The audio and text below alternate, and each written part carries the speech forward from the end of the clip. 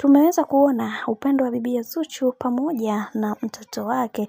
Kiukweli Zuchu anaendelea kuenjoy na kufurahia maisha kadri siku zinavyozidi kwenda. Tumeweza kuona akimlea mtoto wake na kila mtu alitamani sana kuweza kuona furaha ya bibi Zuchu ikipiga hatua kubwa sana katika maisha yake, na leo hii tumeweza kuona tabasamu lake liliweza kupotea kwa muda mrefu, sasa limeweza kurudi kwa mara nyingine, na hii ni baada ya mama Dangote kuweza kumsupport kwa namna moja ama nyingine. Na kama unavyomuona mwenyewe akiwa analea mtoto wake, na ameweza kuwa na amani na furaha katika maisha yake, haijalishi watu wamekuwa wakimzungumzia vipi, haijalishi kuna vitu gani ambavyo vimekuwa vikitokea katika maisha yake, yeye anachojali kwa sasa hivi ni furaha yake na kuwa katika misingi ambayo inayohitajika katika hii dunia. Na hicho ndicho kitu pekee ambacho mara zote amekuwa kikiongelea na akisema ya kwamba ninaamini kwenye hiki kinachoendelea sasa, Mungu mwenyewe ndiye ambaye atakayeweza kunisimamia, kwa sababu na changamoto nyingi ambazo zinahitaji kuweza kupata ufafanuzi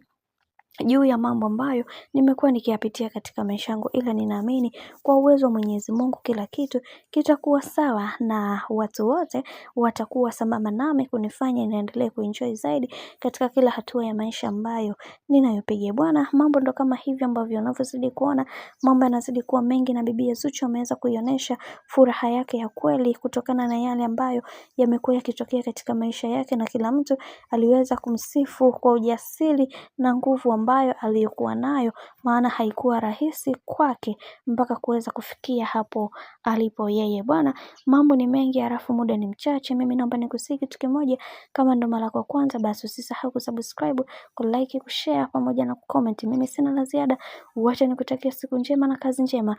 Tukutane next time. Bye bye.